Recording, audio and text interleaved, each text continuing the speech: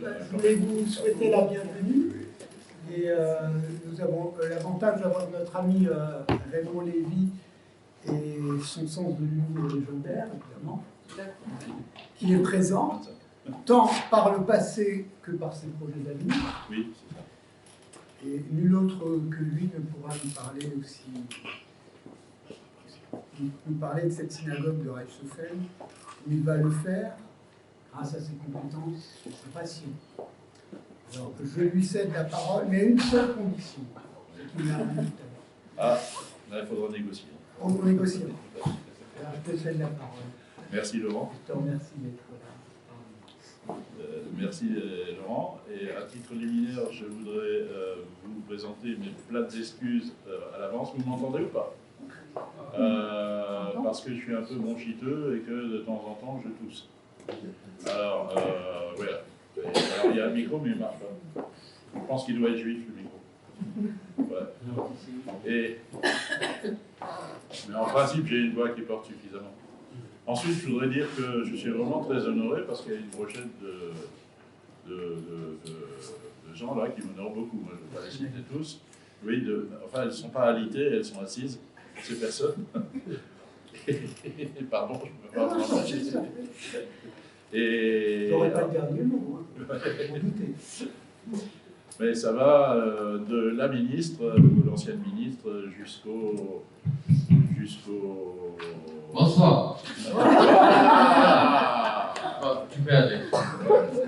Vous voulez que je chante une chanson? On va demander peut-être au président du polyphonie et Wally de chanter. Et voilà, en tout cas, merci d'être venu. Et puis, tu veux faire ton intro avec... Bon, alors je vous propose de commencer tout de suite. Donc la synagogue de Reichshoffen, qui est qu'on a appelé une synagogue républicaine, ce qui est une idée d'André d'ailleurs, que j'ai récupérée. C'est du plagiat.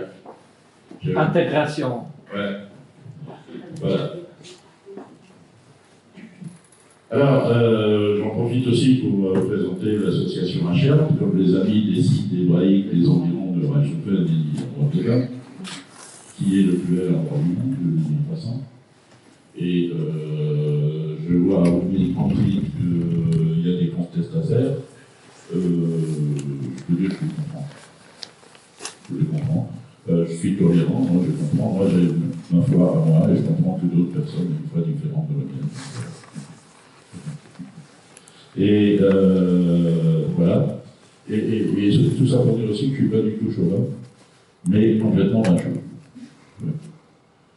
Bon, alors, le nom de HR n'a pas été choisi au hasard, parce que c'est un clin d'œil à H.R. Lévy, de Reichshoffen, qui a écrit donc des mémoires entre 1598 et 1635. Ne cherchez pas à acheter le bouquin, il est épuisé parce que les derniers exemplaires qui existent, je les ai tous rachetés pour l'association, donc on ne les trouve plus au CGI. En tout cas, c'est par lui qu'on connaît, qu'on a les... Ça va. Hein? On aimerait te voir. Ah bah, oui, c'est pour utiliser le livre. Et, oui, donc c'est par lui qu'on a une sorte de connaissance importante sur ce qui s'est passé dans la région pendant la guerre de 30 ans. C'est quand même pas bien. C'est par lui qu'on sait qu'à la fin de la guerre de 30 ans, à Reichshoffen, il restait 15 personnes sur 1600 km. Voilà. Alors, juste un petit clin d'œil historique que j'ai trouvé dans les archives seigneuriales de Dietrich, ce petit registerling écrit à la main, qui semblerait être de 1609, où on voit les habitants de Reichshoffen qui sont curieusement classés.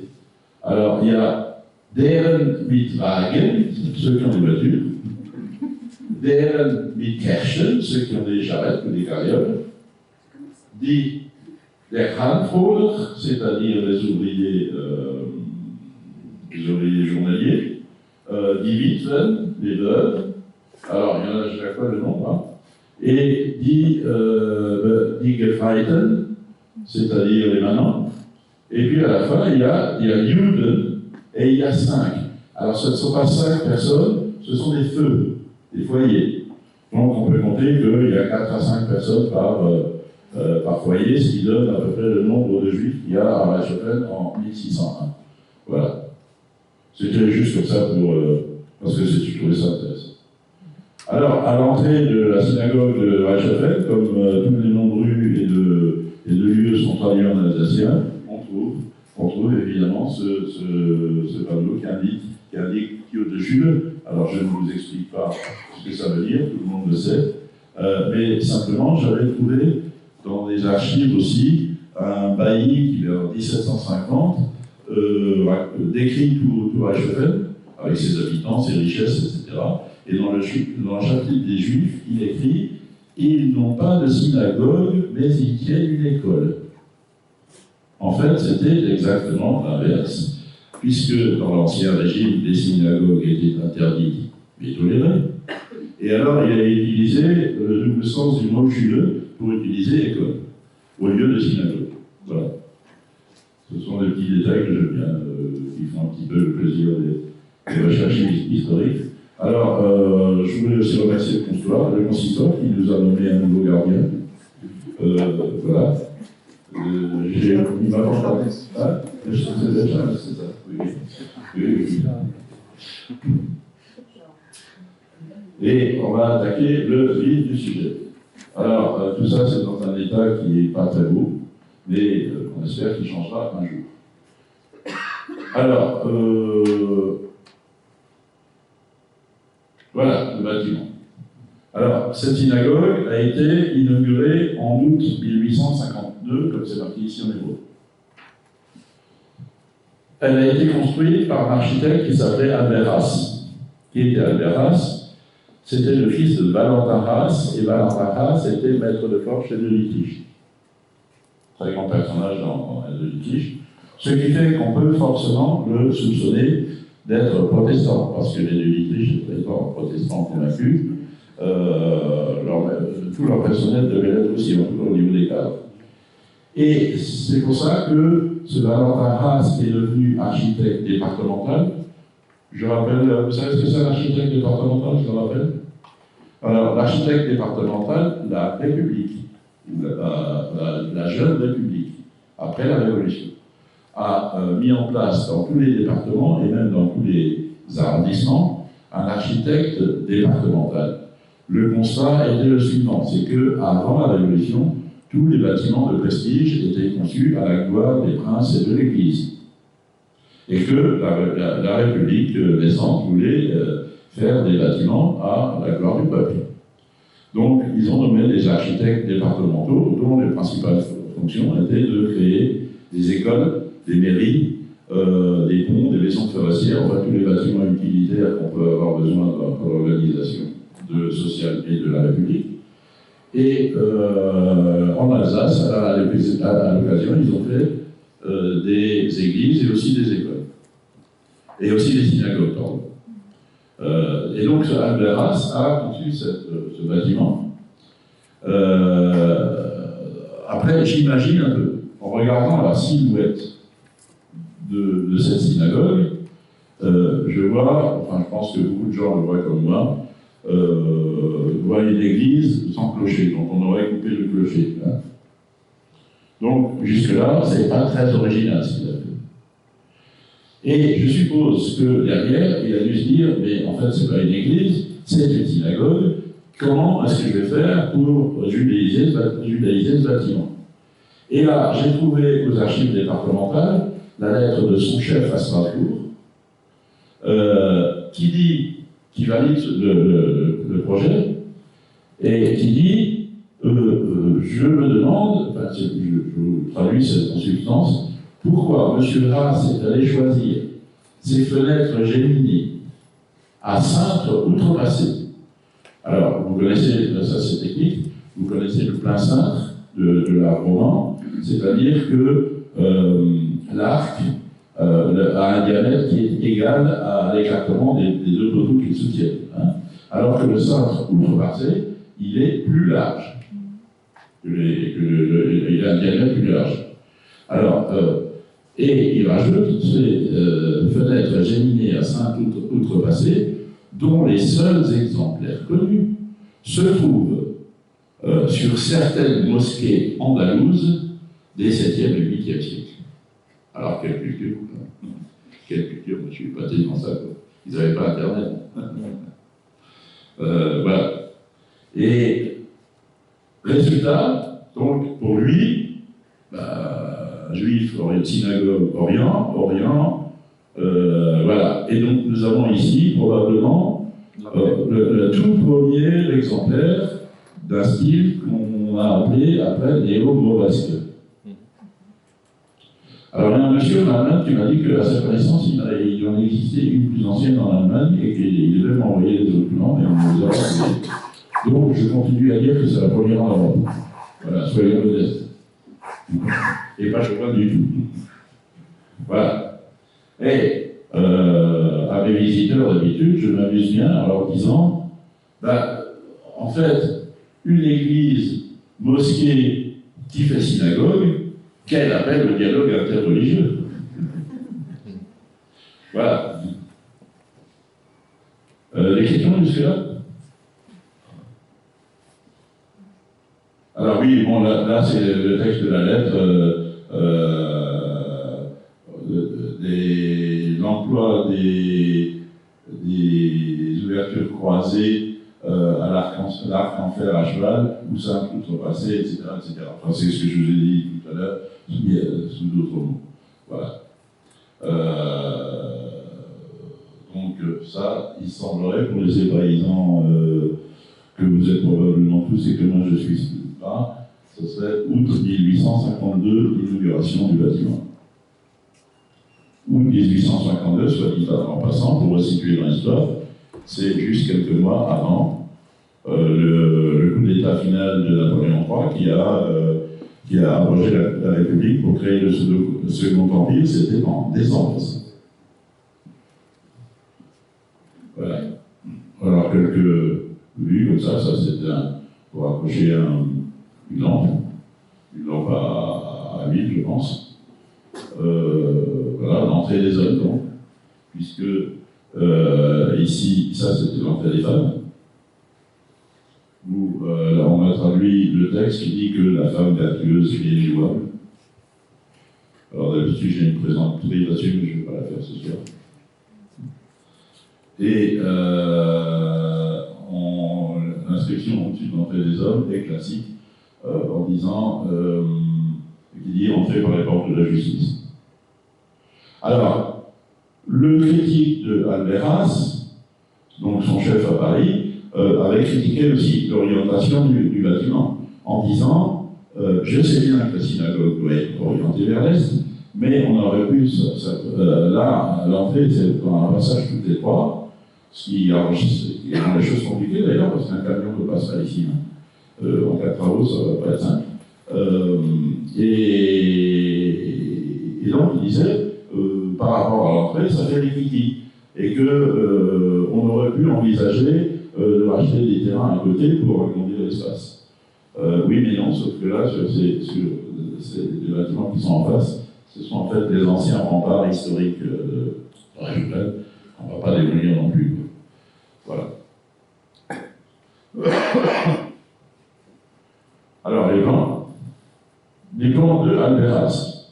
Hein, je n'insiste pas là-dessus, on n'est pas là pour faire de la technique du bâtiment, mais pour dire que ces plans sont conservés aux archives départementales de Strasbourg. Je voudrais dire aussi que ces plans, alors, Alberas a commencé les plans, et puis il a été viré par le préfet avant d'avoir pu terminer ce travail.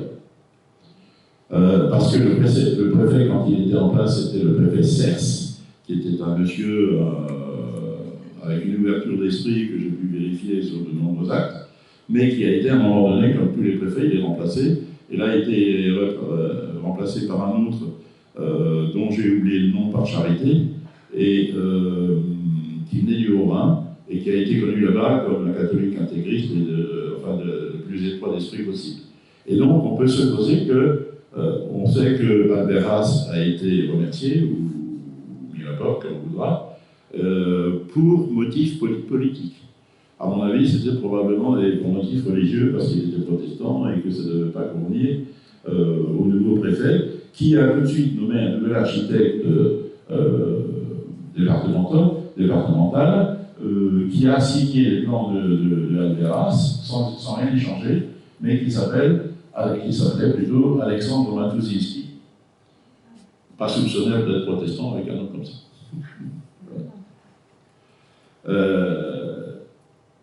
Voilà.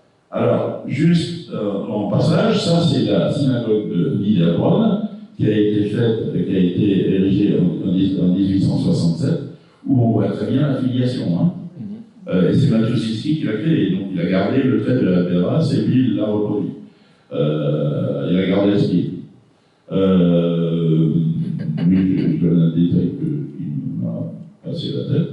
Enfin voilà, ça c'est lui derrière, on a du mal à la voir comme ça aujourd'hui. Et on voit qu'il y a pas mal d'impact de balles. Hein. Mais je ne sais pas pourquoi c'est un impact de balles. Je ne sais vraiment pas pourquoi. Parce qu'en face, il y a des maisons. En face, il y a des impacts de balles, il y en a là, il y en a là. Ici, il y a un gros. Et en bas aussi. Moi, je soupçonne que ce sont des petits rigolos qui se sont amusés à tirer dessus pour jouer. Maintenant, pour faire ça, c'est pas avec un fusil à air comprimé qu'on fait ça. Mais il n'y a aucun intérêt de faire des combats à cet endroit-là. Oui. Alors, les nazis, j'ai un vieux monsieur de Reichshofen qui m'avait raconté qu'il avait assisté, il avait 7 ans quand les Allemands sont arrivés en juin 40, et qu'il avait assisté à une scène où un faible ordonnait à 2 de ses hommes de prendre un jerrycan d'essence pour aller incendier la synagogue. Ils l'ont fait, apparemment sans trop de zèle. Ils ont mis le feu contre un mur. Apparemment, les pierres, ça ne brûle pas bien. Les pierres ne brûlent pas, je crois. Donc, ils n'ont pas insisté.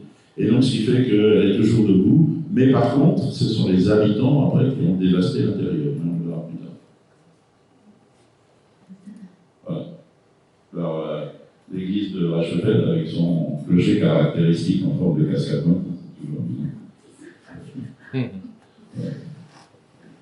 Bon, je passe. Voilà, alors ça c'est la partie de la Rome de l'Arche Sainte. C'est le seul endroit où on voit en haut, et par là, le bois est un petit peu noirci, donc ils ont dû faire un feu au pied de ça, et puis ça n'a pas pris, et puis ils n'ont pas assisté. Voilà. Alors maintenant, quand on rentre dans la synagogue, on trouve sur cet objet, moi, dont je suis raide amoureux. C'est un Gisef. Vous savez ce que c'est un Gisef? Qui ne sait pas qu'est-ce que c'est un Gisef? Alors, le Gisef, c'est du judéo-alsacien. Alors, je suis désolé pour les handicapés linguistiques. Mais c'est du Yiddish-Deutsch. Le Gisef, c'est un lave-main, comme on dirait aujourd'hui. Je ne sais même pas comment on dit en hébreu, comment on appelle ça en hébreu. Parce que c'est vraiment régional, hein, on ne trouve pas ça ailleurs, hein, dans d'autres synagogues. Et ça vient du mot guispace, c'est-à-dire un endroit où on verse de l'eau, un tonneau où on verse de l'eau. Ça, c'est une déformation, le Gisef, c'est une déformation du guispace. Voilà. Alors, il est ultra moderne parce que, normalement, vous avez 2 éléments en béton, souvent très ouvragés, en haut pour l'eau propre, et en bas, on a généralement une bassine qu'on peut déplacer à la main pour aller la vider dehors.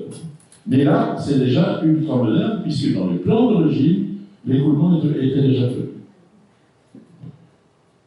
Ensuite, il y a, sur la partie basse, justement, il y a un peu kitsch. Hein. Je trouve ça amusant, parce que ça serait presque une coquille Saint-Jacques. Pas tout à fait, mais pas loin. Mais alors, ce qui est intéressant, c'est ça. Parce qu'il faut que je revienne en arrière. Quand la synagogue a été inaugurée, il y a eu une bataille de chiffres, de financement. Parce que les devis d'origine étaient à l'époque de 19 500 francs. La communauté juive a donné 7 000 francs, ce qui apparemment était énorme. Et donc le reste, il fallait trouver les financements. Alors la ville de Reichshofen a réellement donné 2 000 francs. Le préfet leur a envoyé une lettre, pas d'insulte, mais presque, en disant que lui, aussi riche que Reichshofen, pouvait donner beaucoup plus. Et donc, ils ont mis 4 000 francs. Bon, ce qui nous fait toujours que 11 000. Et finalement, en serrant les boulons à gauche et à droite, le projet a été terminé pour 16 500 francs. Et voilà que la communauté écrit au ministre des cultes à Paris, département des cultes non catholiques, c'est pas bizarre, c'est vraiment la pour demander un secours. Le ministre répond, tout ça est conservé aux archives de Strasbourg, il répond en disant qu'en principe, on demande un secours ou une aide à l'État avant de commencer le projet, jamais après. C'est d'ailleurs comme ça encore aujourd'hui.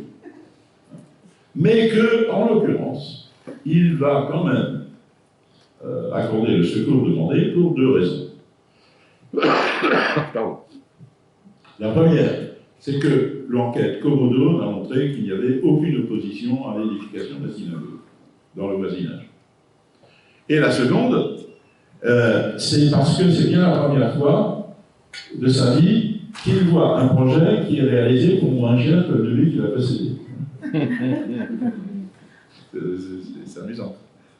Voilà. Et donc c'est pour ça que j'aime beaucoup ce guisage, parce que, bon, ce qui signifie qu'on a serré les boulons à fond, on a construit le bâtiment, mais il ne restait plus d'argent pour le meubler. Et donc ce guisage, bon, il faisait partie du gros œuvre, si on peut dire, le bas. Mais le réservoir neuf, il a fallu le couler. Or, ils n'avaient peut-être plus les moyens d'en faire faire un par j'ai oublié le nom de musique qui travaille le laiton. Mais non, c'est pas du fer-blanc, justement, c'est du laiton. Justement, il y a un mot pour ça. Et donc, ils se sont débrouillés comme ils ont pu. Alors, qu'est-ce que c'est que cet objet?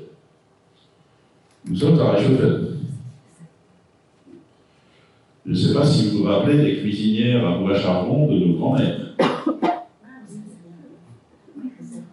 Où sur le côté de la cuisinière, il y avait le bain-marie, qu'on appelait Schiffel, en alsacien, qui servait à avoir de l'eau chaude en permanence. Donc c'est du fer blanc, mais de la plus basse qualité qui soit, mais ça vient de là. On est à Reichshoffen, ces poils sont fabriqués à l'usine de Dietrich à Reichshoffen. Donc c'est de la récupération.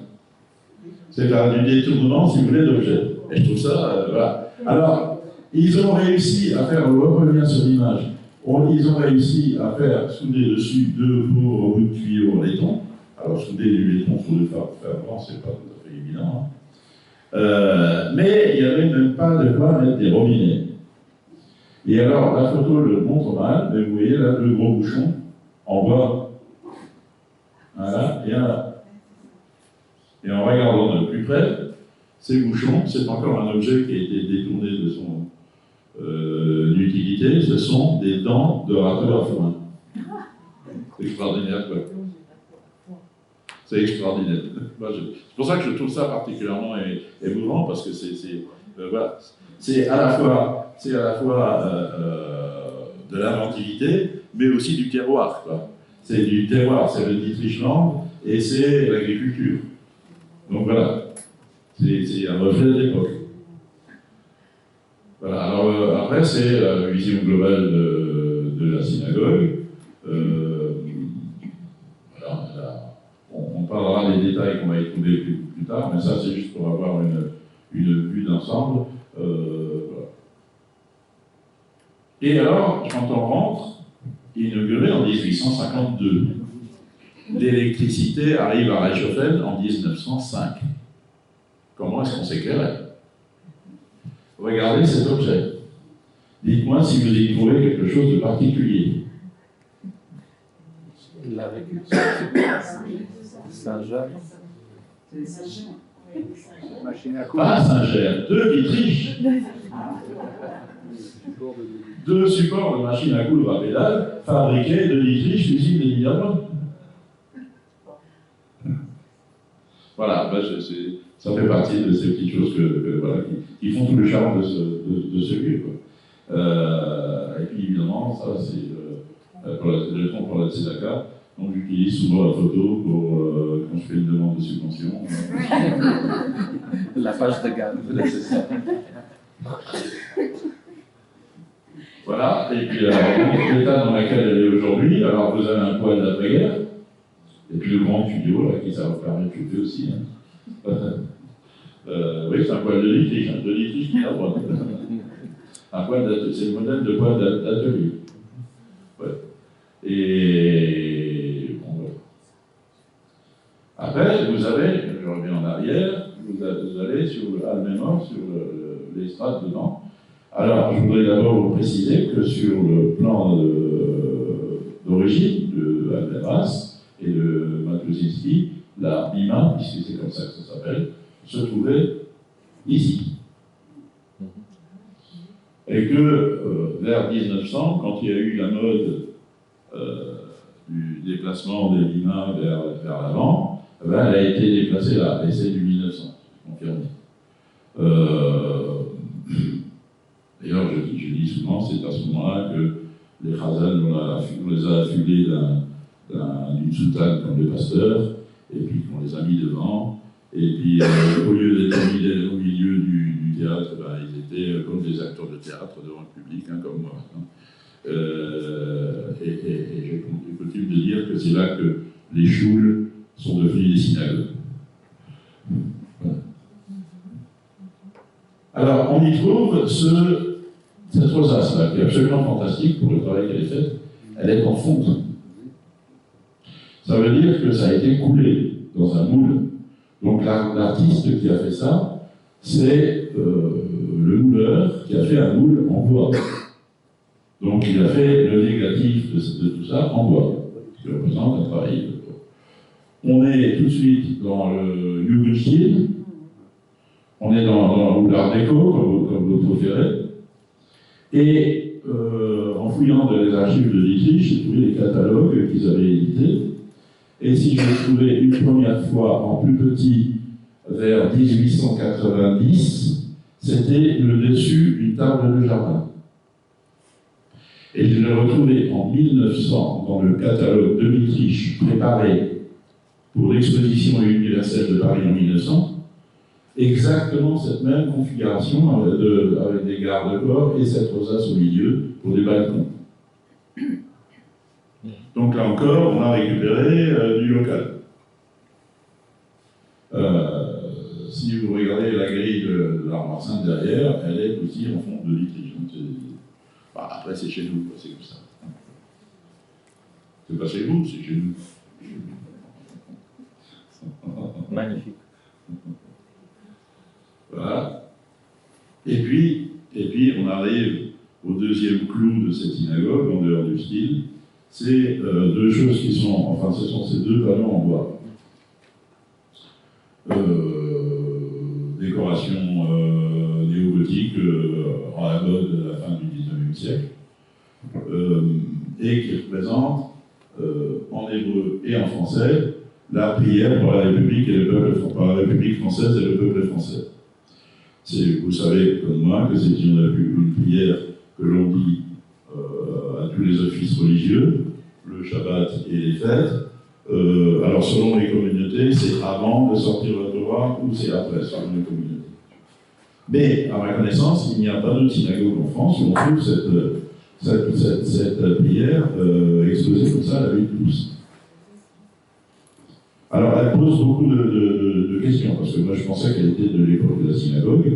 Alors pas du tout, elle est bien plus tardive, hein, puisqu'il y a une première version en allemand, et qui ensuite a été refait en français. Et pardon. Là on voit le texte un peu vieux. Dieu éternel, maître de l'univers, du haut de ton trône, tu as baissé la regard de ta providence vers les cieux et la terre, la force et la puissance t'appartiennent, par toi seul tout s'élève et tout s'affermit, de ta demeure sainte, ô Seigneur, bénis et protège la République française et le peuple français. Amen.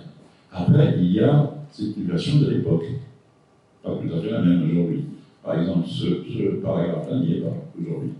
Rends à notre bien-aimé pays la sécurité et le bonheur, afin qu'il puisse du très profond. Amen. Rend à notre bien-aimé pays la sécurité et le bonheur, ça veut dire qu'on sort d'une période troublée.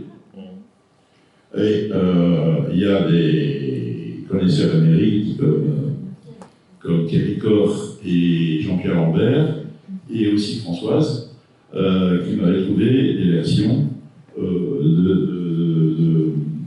enfin, qui m'ont trouvé cette prière qui a été pratiquement composée par un rabbin alsacien à Paris dans les années 1880, et que donc cette prière aurait été mise à la synagogue de Reichsfeld après la Première Guerre mondiale. Ce qui explique tout à fait le rang à notre bien-aimé pays. Moyennant quoi, elle a quand même survécu à la Shoah et à la Seconde Guerre mondiale.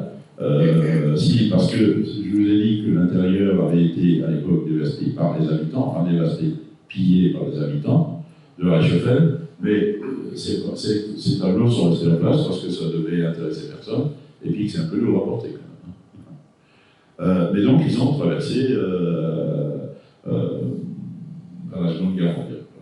Et je trouve ça spécialement émouvant parce que si je reprends l'image suivante, plutôt précédente,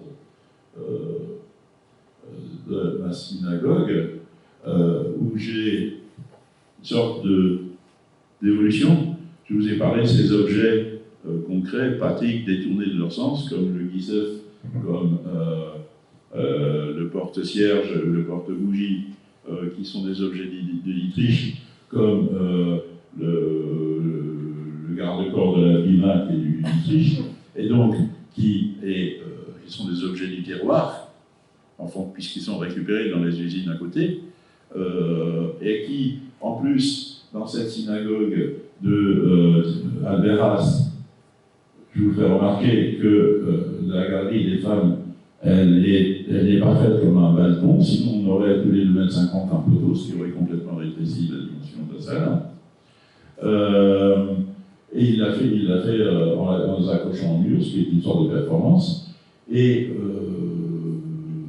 tout ça, tous ces objets mis en scène de récupération dont je vous parlais, qui sont des objets du terroir, sont sublimés par cette prière pour la République qui est unique en France. Hein, j'en connais pas d'autres exemplaires en France, où la prière soit mise comme ça, en exergue, en permanence, devant les fidèles. Et je suppose que ça voulait dire quelque chose sur les Juifs de Reichsfeld, sur cette mentalité terroir, et puis, mais en même temps très républicaine, d'où le titre de synagogue républicaine. Voilà. Et c'est un peu pour tous ces détails que j'en suis un peu amoureux. Voilà, on est en arrière, enfin en avant plutôt. Donc l'Arche Sainte ouverte, voilà, rien de particulier. Bon, ce qui est intéressant de voir quand même tout ça, c'est en plâtre, hein, avec les couleurs traditionnelles, bleu pour le ciel, et avec des feuilles d'acanthe. Donc c'est amusant parce que culturellement, les Juifs et les Grecs n'étaient pas très copains. Enfin, au cours de l'histoire, ça a été une fois l'un et une fois l'autre, et que là, on a quand même récupéré ce motif éminemment grec des feuilles d'acanthe. Voilà un gros plan. Alors, bien sûr, les dates de l'œuvre, je ne l'explique pas. Voilà, une feuille d'acanthe. Et puis, ça donne ce truc un peu particulier, c'est que ces balcons accrochés au mur, il fallait bien mettre une ouverture vers les fenêtres. Vers ces fenêtres arabisantes ou néo-mauresques, comme je disais tout à l'heure. Hein. Et ça donne une forme qui fait pratiquement penser à la logique gothique. Ce qui est un mélange de genres absolument original. Alors, je dis toujours, je ne sais pas si c'est beau ou si c'est pas beau. Esthétiquement, c'est un avis très personnel. Mais en tout cas, c'est absolument original. Alors, vous avez vu aussi qu'on trouve des médaillons dans, je ne sais pas les croiser, mais je ne sais pas comment l'appeler. Il y en a 6. Ils sont assez kitsch. Et je ne sais absolument pas qui ni quand les a. Je n'ai aucune idée, je ne sais pas si l'après-guerre, je pense que c'est d'avant-guerre certainement, mais d'avant quelle guerre, je ne sais pas. Alors, il y en a 6 qui représentent la ronde des fêtes juives. Donc, comme le disent les enfants à qui je fais visiter, ou les scolaires à qui je fais visiter la synagogue, ils me disent, mais monsieur, pourquoi il y a une pipe? Ah oui, c'est logique. Hein. Bon, à vous, je ne vous ferai pas l'injure de vous l'expliquer. Ensuite, donc, Rosh Hashanah, suivi évidemment, Yom Kippour. Donc, la représentation est intéressante. Hein. On voit la brique des péchés qui fait peser le balancier dans le mauvais sens, évidemment. Moi, ça ne peut pas m'empêcher ça me fasse penser avec la civilisation égyptienne, hein, qui essayait de peser le poids de l'âme. Donc, je ne sais pas s'il y a une filiation ou pas. Ensuite, on a Sukkot, donc la fête des cabanes, mais aussi des récoltes, et qui est représentée par le raisin, parce qu'on est quand même en Alsace. On aurait pu mettre des pommes, des poires, ou des pommes de terre, mais on a choisi le raisin, je ne pense pas que ce soit un hasard. Voilà. Et puis, on continue par Simchat Torah, la joie de la Torah, et en même temps, on célèbre le moment où Moïse a présenté les tables de la loi au peuple des Hébreux, et je raconte toujours une histoire à ce sujet. Savez-vous pourquoi, quand on fait le chiffre 7, on met une barre sur le 7?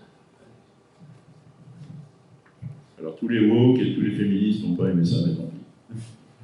Ben, parce que quand Moïse a présenté les 10 commandements, quand il est arrivé au 7e, tu ne convoiteras pas la femme de ton prochain. Tous les Hébreux se sont écriés barre le 7, barre le 7, barre le 7. C'est pour ça qu'il y a une barre sur le 7. Bon, maintenant, vous allez me jeter des pierres. Bon, voilà. Et on continue bien entendu par Hanouka, que tout le monde connaît. Enfin, pour ceux qui ne connaissent pas, c'est une fête qu'on allume un bougie par soir, jusqu'à 8 bougies. Donc, c'est un chandelier qui a 9 branches, parce que chez les Juifs, rien n'est simple. Hein, et que la 9e branche, c'est celle du milieu. En fait, c'est le serviteur qui sert à allumer les 8 autres. Je rappelle aussi en même temps, ce que je dis beaucoup aux visiteurs du musée de Pouchulaire, la tradition d'origine juive, c'était quand on allumait la Hanouka, on la remontait sur le bord de la fenêtre. Ce que nous, en Alsace, on a laissé tomber, parce que antisémitisme. Il ne fallait pas trop s'y signaler. Dans mon enfance, c'était comme ça. On ne se signalait pas. Il fallait rester discret. Mais d'un autre côté, avec cette tradition de le mettre sur le rebord de la fenêtre au mois de décembre, parce que Hanouka c'est pour décembre, ça fait complètement écho aux lumières de l'Avent que mettent les chrétiens. Donc, il y a quelque part une origine qui est connue. Voilà. Et puis, je terminerai par ça. Alors, tout le monde se pose la question, mais moi, pour moi, il y a une explication. Tout le monde me demande qu'est-ce que c'est ça. C'est pas un loulab, c'est pas un network, c'est pas. Pour moi, c'est juste une gerbe de blé qui symbolise donc la fête de Pessah, de la Pâque juive et non pas les Pâques, où les Hébreux, en s'enfuyant dans le désert, n'avaient donc pas le temps de faire le pain, et donc fabriquer du pain sans levain, qu'on appelle la matzah. Matzah. En alsacien. Il y en a même qui disent Matzebrot.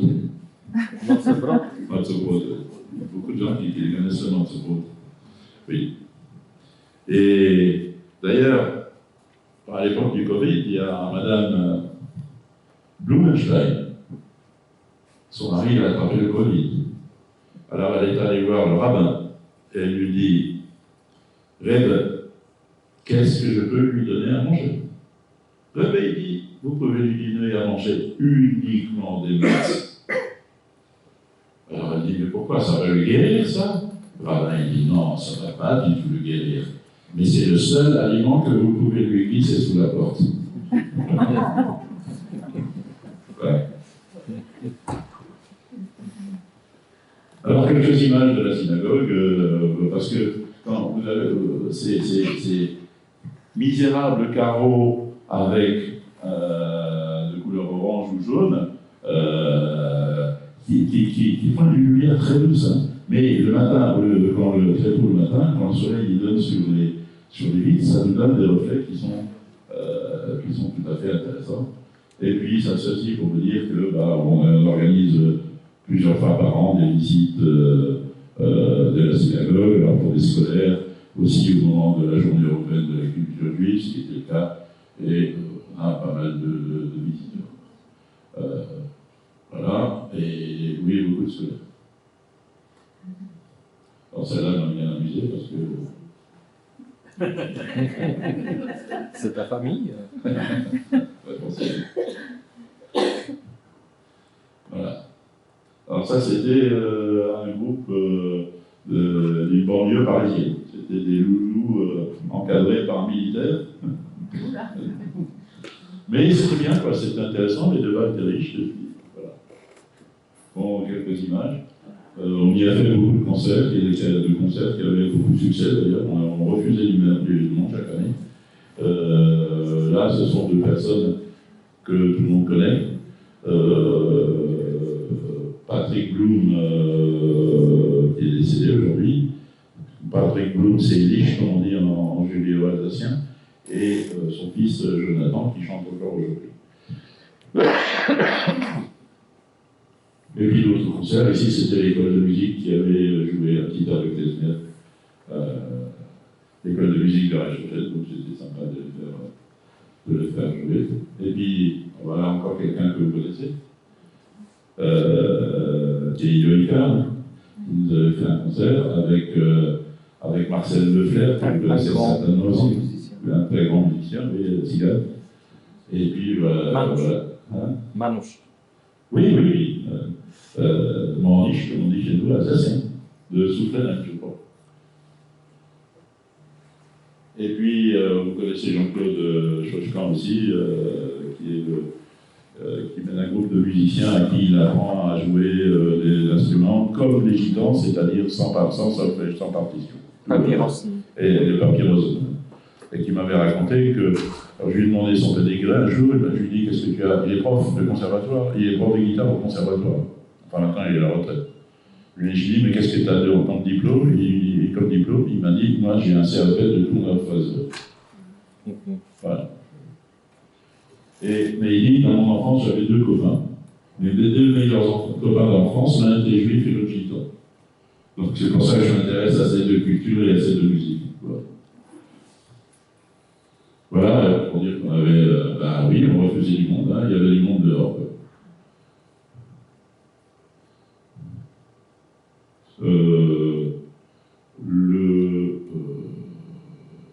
On va pas bien, mais ça c'est le maire, chaque année il était là. Et moi j'ai toujours fait ça un peu exprès, c'était pour que la population de Reichsfeld se saisisse de ce bâtiment. Et je n'avais que des choses du genre, mais c'est magnifique, il ne faut pas le laisser se dégrader, etc., donc on fasse quelque chose. Et donc, ça a tellement bien marché qu'aux dernières élections municipales, il y avait la liste du maire en place qui se représentait, et puis une liste d'opposition, et les deux listes avaient dans leur programme, la rénovation de la synagogue. C'est amusant. Voilà, alors maintenant on a pas maintenant, on a des problèmes de toiture importants qui font que, je vous laisse dire.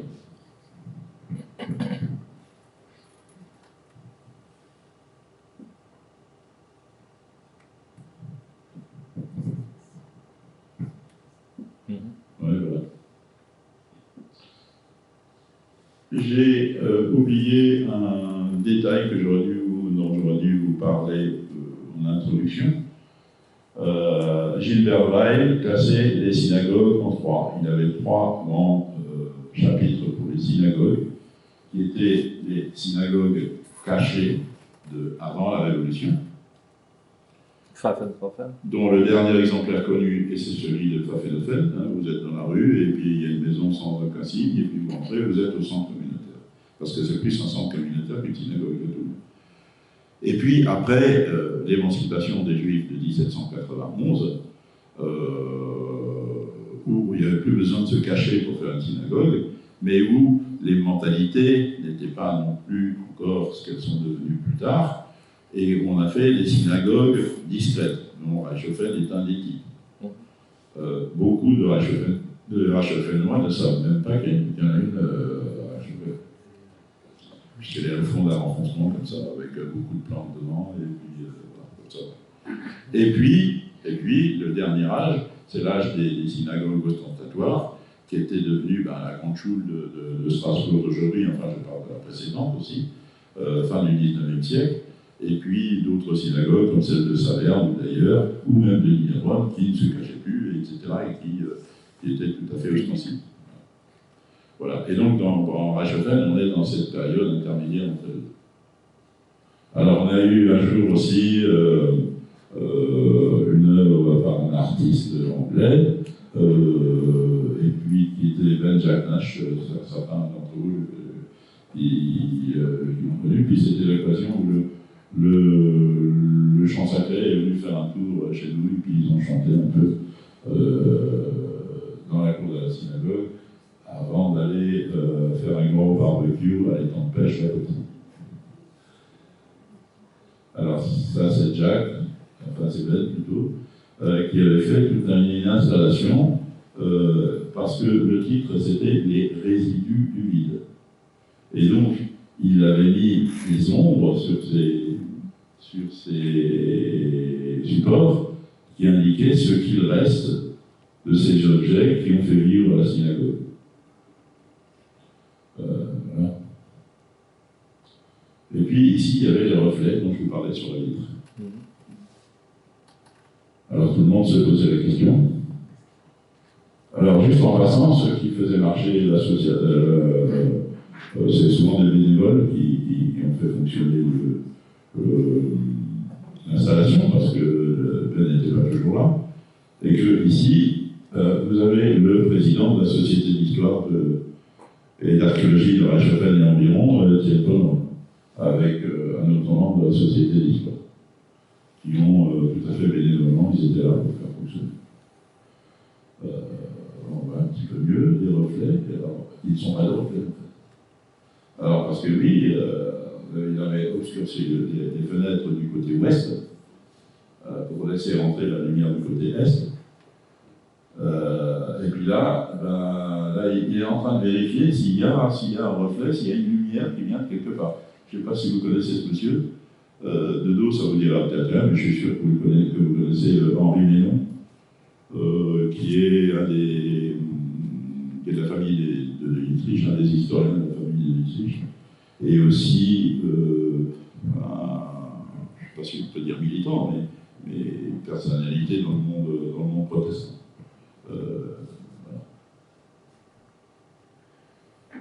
Voilà, donc quelques images comme ça. Donc ça s'appelait, l'installation s'appelait Les résidus du vide, comme je le disais tout à l'heure. Et puis je terminerai par cette gravure qui on trouve chez Malou, au musée alsacien, chez Malou, qui représentait, qui est un artiste inconnu, qui représente l'inauguration à la Pentateuque le 7 novembre 1857, alors en grande pompe. On reconnaît bien la synagogue de Reichshofen, mais qui est quand même surmontée. Alors de loin, Ben Jacknack, qui avait vu cette image, me dit mais c'est bizarre, il y a une croix au-dessus. Alors, comme je l'avais en photo, j'ai agrandi, et en fait c'était une girouette qui n'existait plus aujourd'hui. Ouais. Et en grande pompe avec l'enfant, drapeau, machin, les militaires, les enfants des écoles, enfin tout le rituel républicain qu'on connaît bien. Voilà, et puis on arrive à la fin. Et puis je vous remercie. Alors ça c'était un clin d'œil pour les bénévoles de la Société d'Histoire qui chaque année font le nettoyage de la synagogue avant qu'on y fasse des concerts ou autre chose. Voilà. Merci.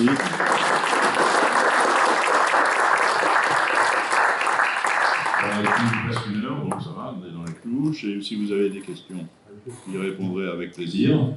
J'ai quelques éléments à vous montrer en complément si vous voulez. Madame. Est-ce qu'il y a une trace de mikvé? Alors, pas à cet endroit-là. Le mikvé se trouvait ailleurs. Donc ça, je l'ai sur un autre diaporama. Si vous voulez, on ne le voit plus. Hein. Il a été complété. Alors, je vais voir si... Ah, ben oui, on ne peut pas parce qu'on ne peut pas faire défiler. Si, on peut le faire défiler à la main. Il faudrait que je change de diaporama parce que j'ai un autre diaporama où il y a le mikvé dessus. Voilà, je vois peut-être celui-là.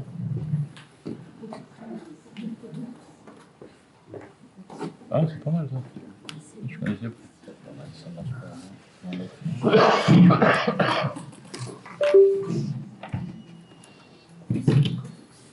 C'est sur écran? C'est sur un clé.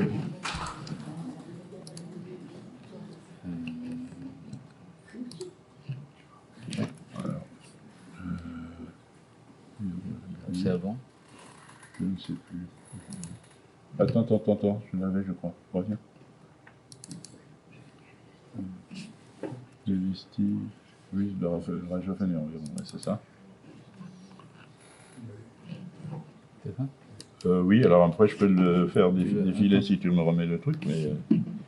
Mais c'est le même diapo, non? Ouais, mais je crois qu'à la fin j'ai les environs, voilà, j'ai le mikvé quelque part. Là. Je crois qu'il est là, voilà. Non, Non, ça c'est Gunver Schoffen. Mais ça fait rien, voilà, c'est ça le mikvé. alors, Mais j'aurais pu passer quelques autres images. tu veux que je mette là, par exemple? Ouais. Bah si tu me remets le truc, je peux rapidement faire passer le tout, quoi.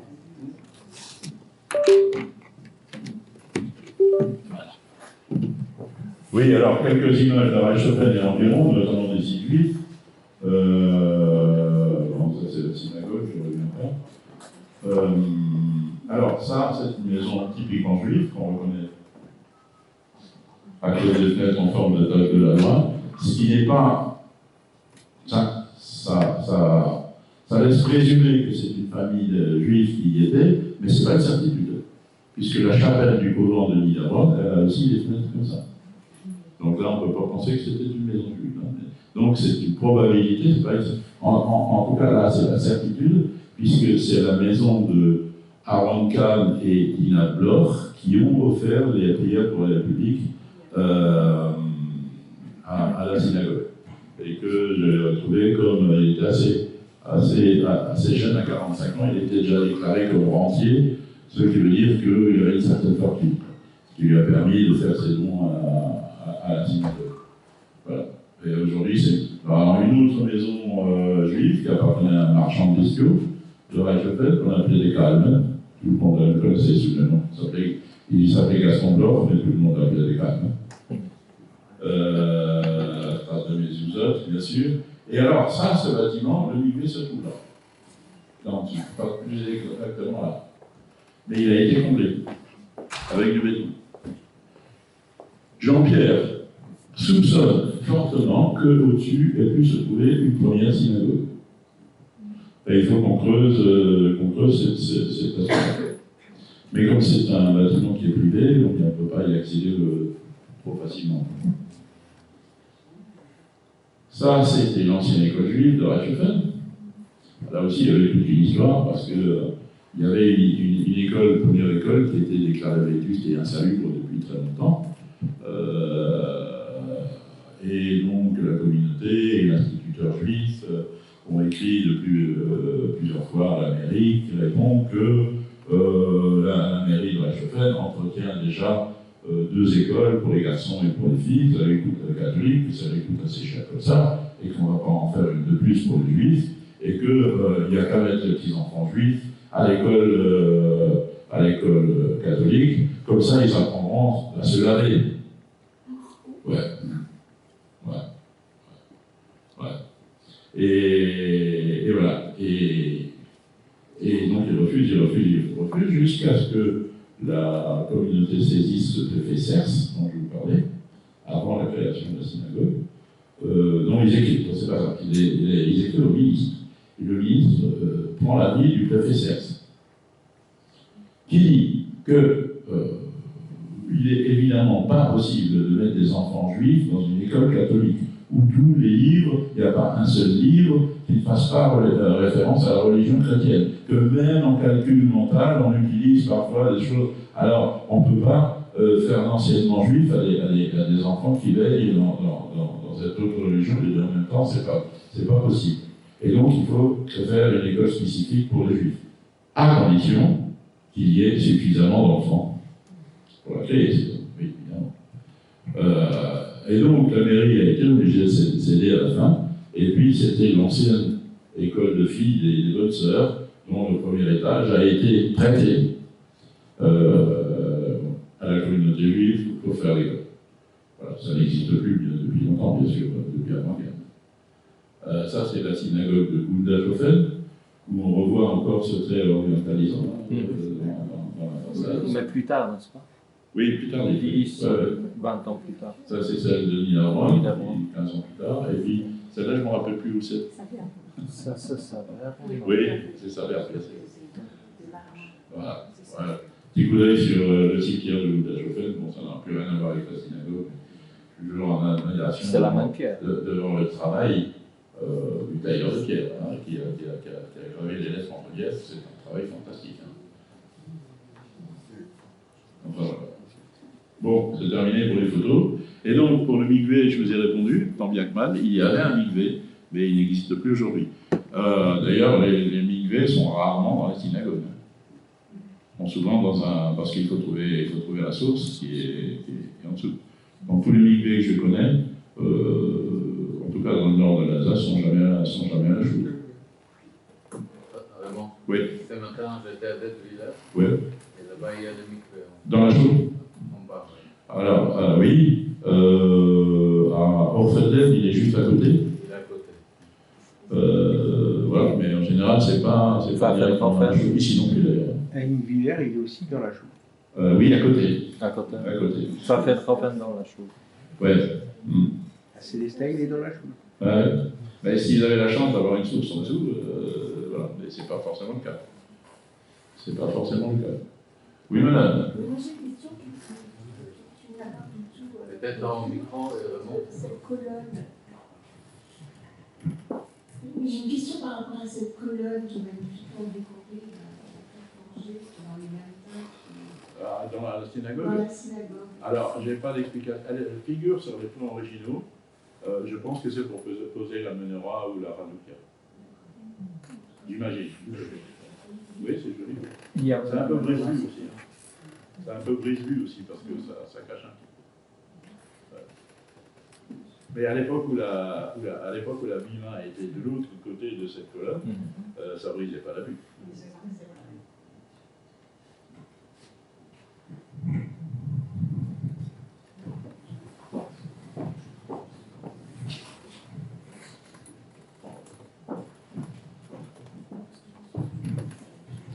Peut-être que j'ai pas lu assez vite, mais je voulais savoir qu'en est-il du toit.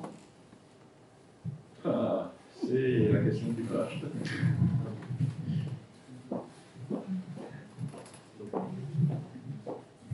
Le toit est un grand danger. Le toit est un grand danger. Et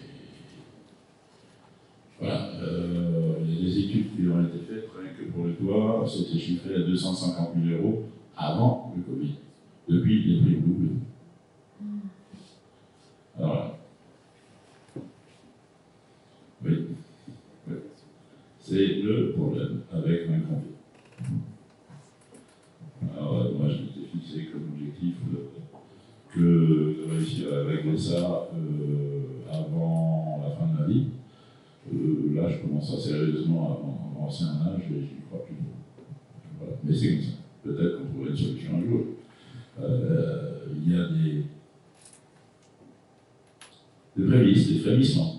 Peut-être que ça donnerait quelque chose. Voilà. En tout cas, merci de poser la question qui fâche. D'autres personnes? Oui, pardon, je n'avais pas vu, excuse-moi. Merci beaucoup. Je voudrais vraiment dire que le travail que tu as fait et que tu continues de faire est quelque chose de tout à fait exemplaire pour moi, de relativement unique. Et il y a là un combat qui est presque un combat de toute une vie et je t'en suis extrêmement reconnaissant. Je voudrais dire juste deux petites choses. Je me permets. Tu parles de la bima. c'est un mot qu'on n'employait pas. Oui. On parlait de Almem. Et c'est très important pour moi de savoir que pour la table d'estrade de prière, en Alsace, c'est un mot d'origine arabe qu'on a employé. Il y a là quelque chose dont je n'ai pas pour lequel je n'ai pas d'explication, mais qui est quelque chose de tout à fait unique. Et puis, donc, c'est juste un détail. Oui, ça c'est important, c'est tout à fait merci d'avoir dit ça. Et peut-être que je n'ai pas bien compris, je suis un peu, comment on dit en Alsace, chouchou, à propos des lumières de Hanouka, dans beaucoup de villages et trucs, on continuait à les mettre à la fenêtre. Et il n'y avait pas spécialement des incidents. Claude Viger rapporte combien ces petites lumières qui annonçaient un peu les lumières de l'avant que tu as citées et signalaient une inscription des Juifs dans le tissu villageois. Je voulais aussi dire ça. Mais ça, c'était avant la guerre. Oui, oui, avant la guerre, bien sûr. Parce que dans mon enfance, mes parents ne voulaient surtout pas, quoi. Avant, mais Chez toi? chez moi, ça se faisait normalement. Merci. D'autres personnes? Oui, c'est une question, puisqu'on parlait du toit, j'ai bien vu qu'il était, en mauvais état. Est-ce que la commune subventionne des travaux régulièrement ou non, exceptionnellement, ou comment est-ce que ça se passe du point de vue de l'entretien de ce patrimoine? Il y avait des velléités, même des fortes velléités, à condition de devenir propriétaire du bâtiment.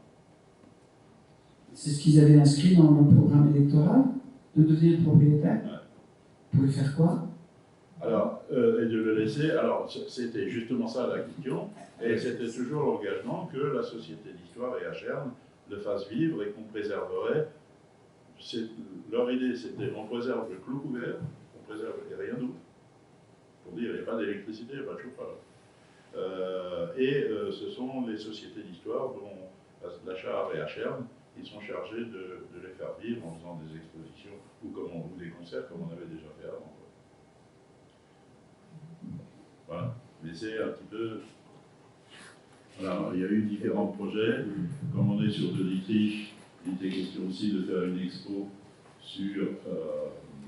D'abord sur le patrimoine religieux en général, mais ça, l'idée est partie à Guébillère.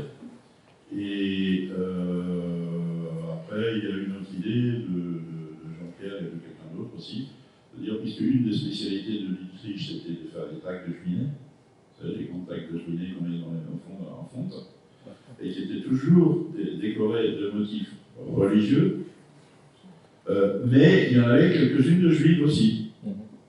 Donc, d'en faire, de se relier à ce patrimoine-là, parce que c'est de la fonte, parce que c'est de l'Autriche, et parce que le reste des éléments sont en fonte de l'Autriche. Je ne suis pas sûr que ça attire les fous. Moi, j'avais un rêve. Moi, j'ai un rêve pour le bâtiment.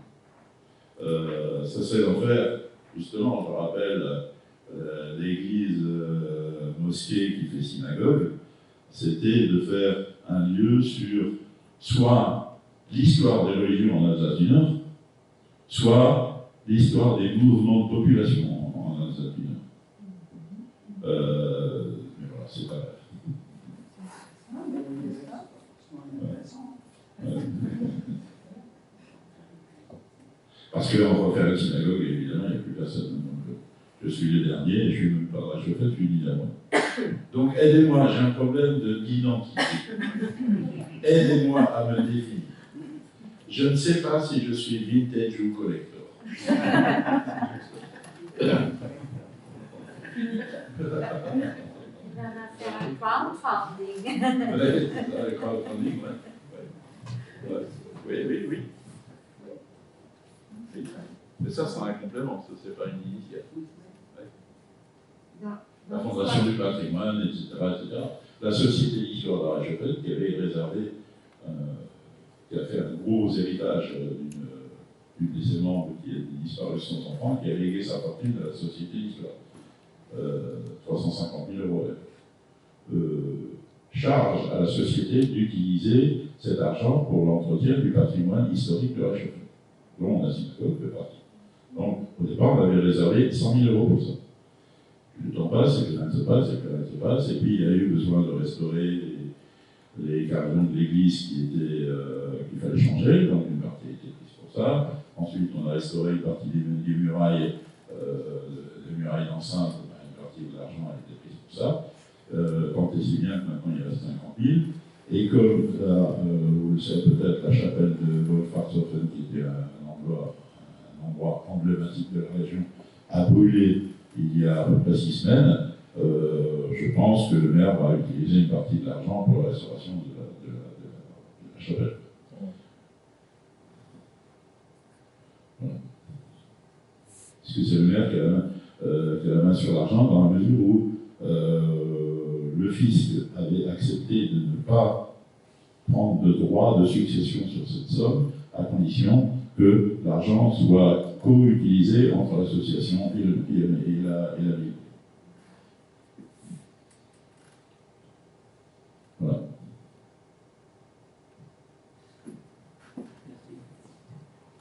Avec plaisir.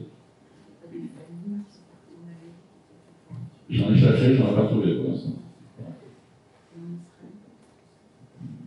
Ouais, enfin, j'ai pas trouvé de gens fortunés parce que. Les deux flèches. Alors c'est pas impossible, mais pas pour un grand montant. C'est pas impossible. Participons, c'est probable. Si on fait une collecte de fonds, oui, c'est possible qu'ils participent. Je suis sûr que c'est possible. Bon, vraiment, merci. Oui. Merci beaucoup. La synagogue appartient toujours pour ce soir. Oui. Oui, absolument. Mais si on a bien compris, le consistoire n'est pas riche. Pourquoi ça se voit? Combien de 140 Non, Il y en a 27. 27, c'est déjà pas. Oui, 140, c'était le nombre de synagogues totales. Parmi celles qui. 175. Ouais, là-dessus, il y en a une partie qui n'existe plus, etc. Oui.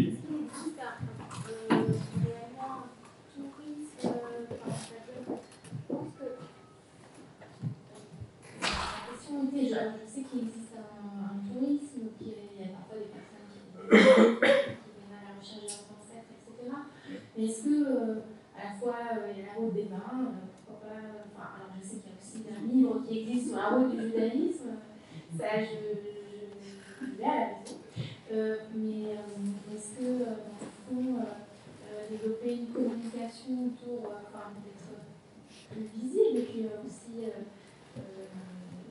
de la publicité, etc. Autour de ça, ça ne m'intéresserait pas, puisque ça attire quand même beaucoup de touristes.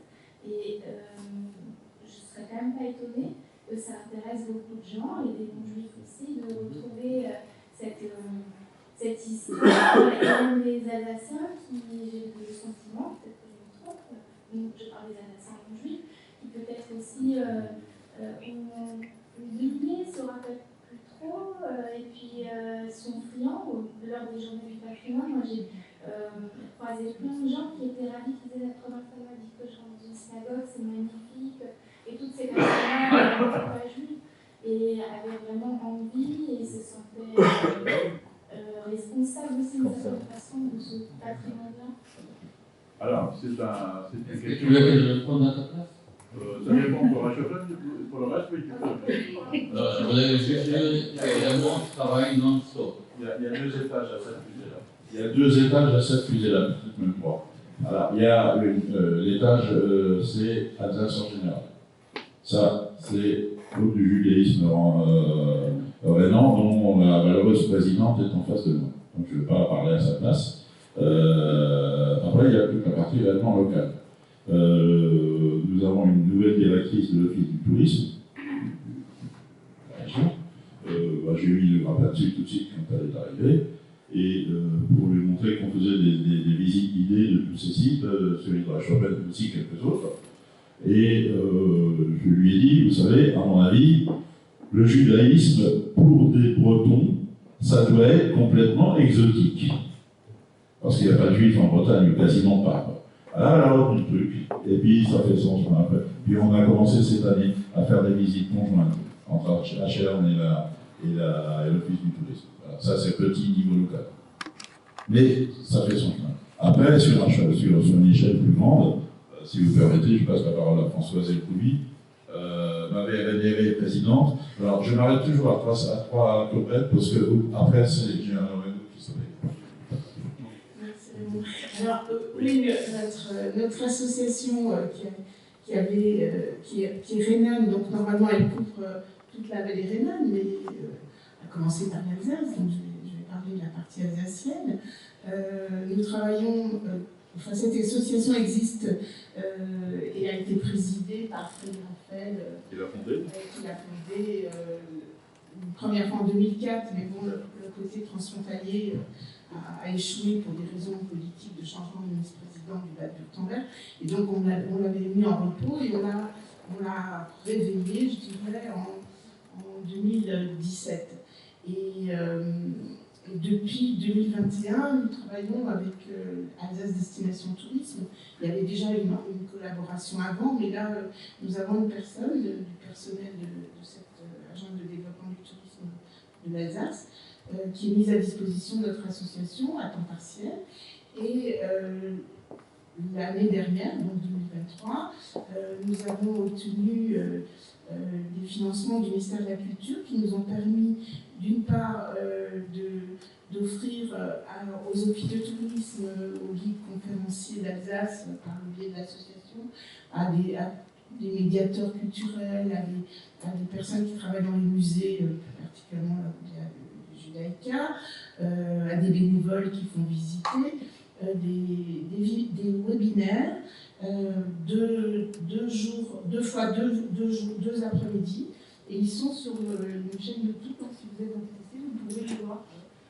C'était des personnes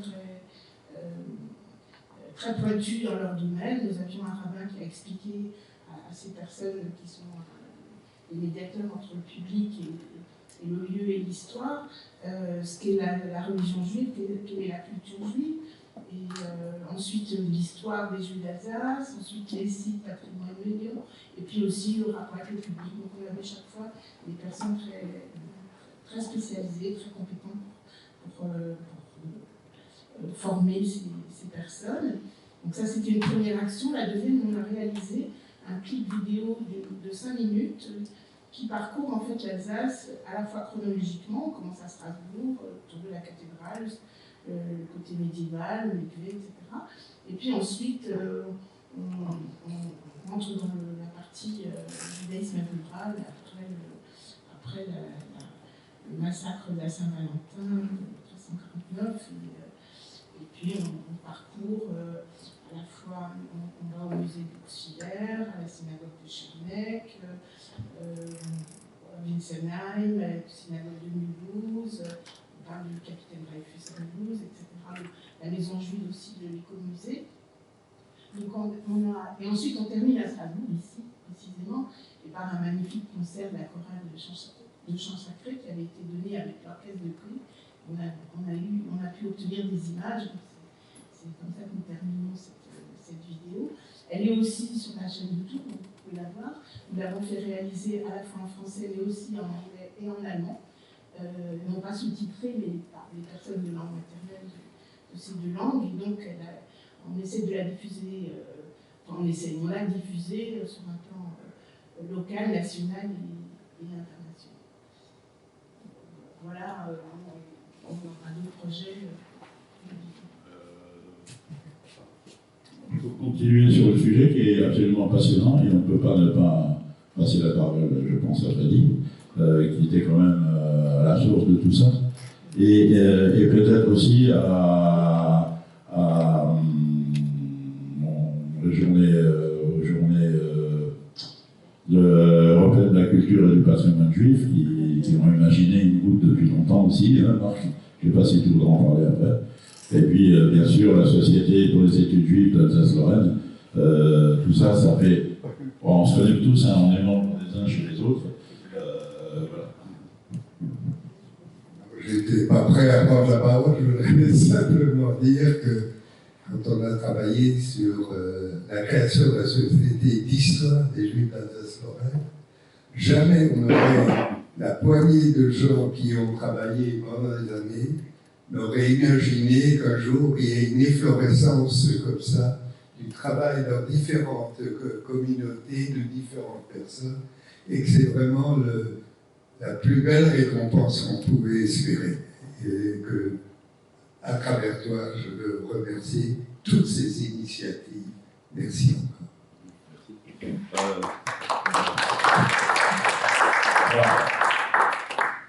Pour terminer, Marc, tu veux parler de GUCDJ? Dire deux mots. Pas trois, hein? D'accord, deux. Allez, 2,5. Bon, parce que c'est toi.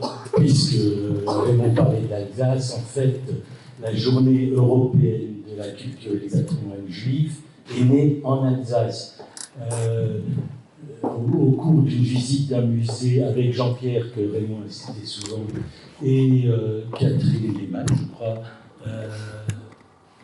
ils ont eu l'idée de faire des portes ouvertes qui ont eu tout de suite un succès énorme et qui ont essaimé. Ces portes ouvertes de 2-3 synagogues au départ sont devenues après des portes ouvertes dans beaucoup de synagogues alsaciennes, et puis sont devenues les journées du patrimoine, qui naît rarement en même temps que les journées du patrimoine, parce que c'est pendant les fêtes religieuses souvent, donc on a nos propres journées du patrimoine, simplement, pas pour faire bande à part, mais parce que souvent les fêtes du patrimoine, les journées du patrimoine tombent à Rosh Hashanah ou à Kippour, voilà. Et donc, ça a tellement essaimé que c'est devenu européen. Je crois qu'il y a maintenant 40 pays qui participent aux journées européennes de la culture et du patrimoine juif. Ici en Alsace, l'année dernière, on a eu plus de 4000 personnes, tous sites confondus. Voilà, je ne voulais pas dire beaucoup plus, je passe la parole à qui veut. Je vais peut-être terminer avant que ce soit c'est toi qui vas clôturer, ou pas, je ne sais pas, ou peut-être le président, puisqu'il a fait l'honneur de nous l'inviter là aussi, le président Morizard. Je voulais terminer en disant que ce site dont on a parlé aujourd'hui, on peut le visiter quand vous voulez, que vous soyez 1 ou 50, je prends tous les groupes, pour le faire visiter, à qui ça va intéresser, que ce soit le site de la synagogue de Reichshofen, ou bien le cimetière juif de Gouda-Schofen, qui est intéressant à bien des égards, et aussi le village de Oberbronn, qui lui est rigoureusement passionnant, en termes d'histoire générale. Il y a de l'histoire juive incluse dans l'histoire générale, et dans l'histoire des religions en particulier. Voilà. Donc, il suffit de me contacter, et c'est avec plaisir. Je terminerai après ça par le musée judéo-alsacien de Buxwiller, qui est l'incontournable pour celui qui veut découvrir la culture juive. La culture juive alsacienne, bien sûr. Voilà. Et qui actuellement est fermé parce que nous n'avons pas de chauffage, donc il fait un peu froid, mais il est ouvert d'avril à novembre. Voilà. Merci de votre grande gentillesse. Maurice, vous dire quelques mots, puisque tu m'obliges. Je voudrais juste dire que quand Raymond dit qu'on soit un ou plusieurs, il accepte tous les groupes. Je crois que tu as raison, comme on est tous un peu schizophrènes, 1 et 1, ça fait 2, mais avec la schizophrénie, ça peut faire 20. En tout cas, moi, je te remercie pour cette passionnante conférence que j'ai suivie par alternance, on va dire, mais que j'ai quand même suivi, je dirais presque religieusement. Je voudrais remercier toutes les personnes qui se sont engagées autour de Freddy tout au début sur l'histoire des Juifs d'Alsace et de Lorraine, et qui ont essaimé. Et quand j'ai pris les fonctions de président il y a 5 ans, je savais que quelque chose existait sur le plan patrimonial. J'ai eu beaucoup de mal, je dois le reconnaître. J'ai eu beaucoup de mal, pas parce que je ne raisonnais pas comme eux, pas parce que j'arrivais pas à m'adapter à eux, mais ils avaient tellement d'avance sur moi que j'avais beaucoup de chemin à parcourir pour les rattraper. Et je suis très heureux de les avoir rattrapés, d'avoir compris comment il fallait fonctionner. Le consistoire, grâce à ça, avait engagé Yoa pour s'occuper du patrimoine, dont la fonction n'a pas toujours été bien comprise au début, mais qui aujourd'hui est d'une efficience impressionnante. On a toujours eu au sein de notre consistoire un responsable, un élu responsable du patrimoine.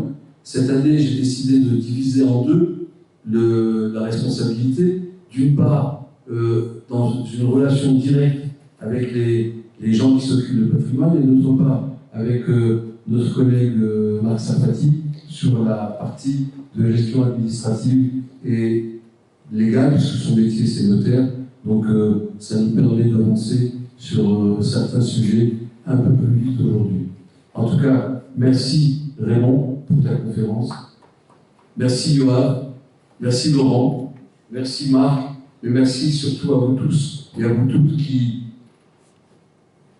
sans compter, vous investissez chaque jour à Benfeld, il est parti maintenant à Saverne, à Ettendorf, je ne sais même plus combien de personnes je dois remercier, tellement les gens sont engagés. Et à une époque, il y avait des gens qui venaient avec des bonnes idées. Aujourd'hui, j'ai en face de moi des gens très pragmatiques et qui acceptent le principe de réalité, qui nous invitent toujours à réfléchir nos idées les plus folles, nos rêves les plus fous, mais je ne désespère pas, on y arrivera. La preuve, Marc, à Benfeld, ça avance un peu, chaque année un peu plus, et on continuera, mais on continuera. Et en tout cas, vous pouvez compter sur le consistoire, et le consistoire vous remercie pour votre engagement que nous sommes heureux d'accompagner dans les journées du patrimoine, mais aussi dans les visites que chacun veut organiser chez lui, voire pour l'entretien, ici des cimetières, ici des synagogues, quand on en a les moyens. Voilà, merci beaucoup et continuez de faire ce travail qui compte beaucoup, beaucoup pour nous, parce que s'occuper du patrimoine, c'est savoir d'où on vient et espérer entretenir l'idée de là où on doit aller. Merci beaucoup.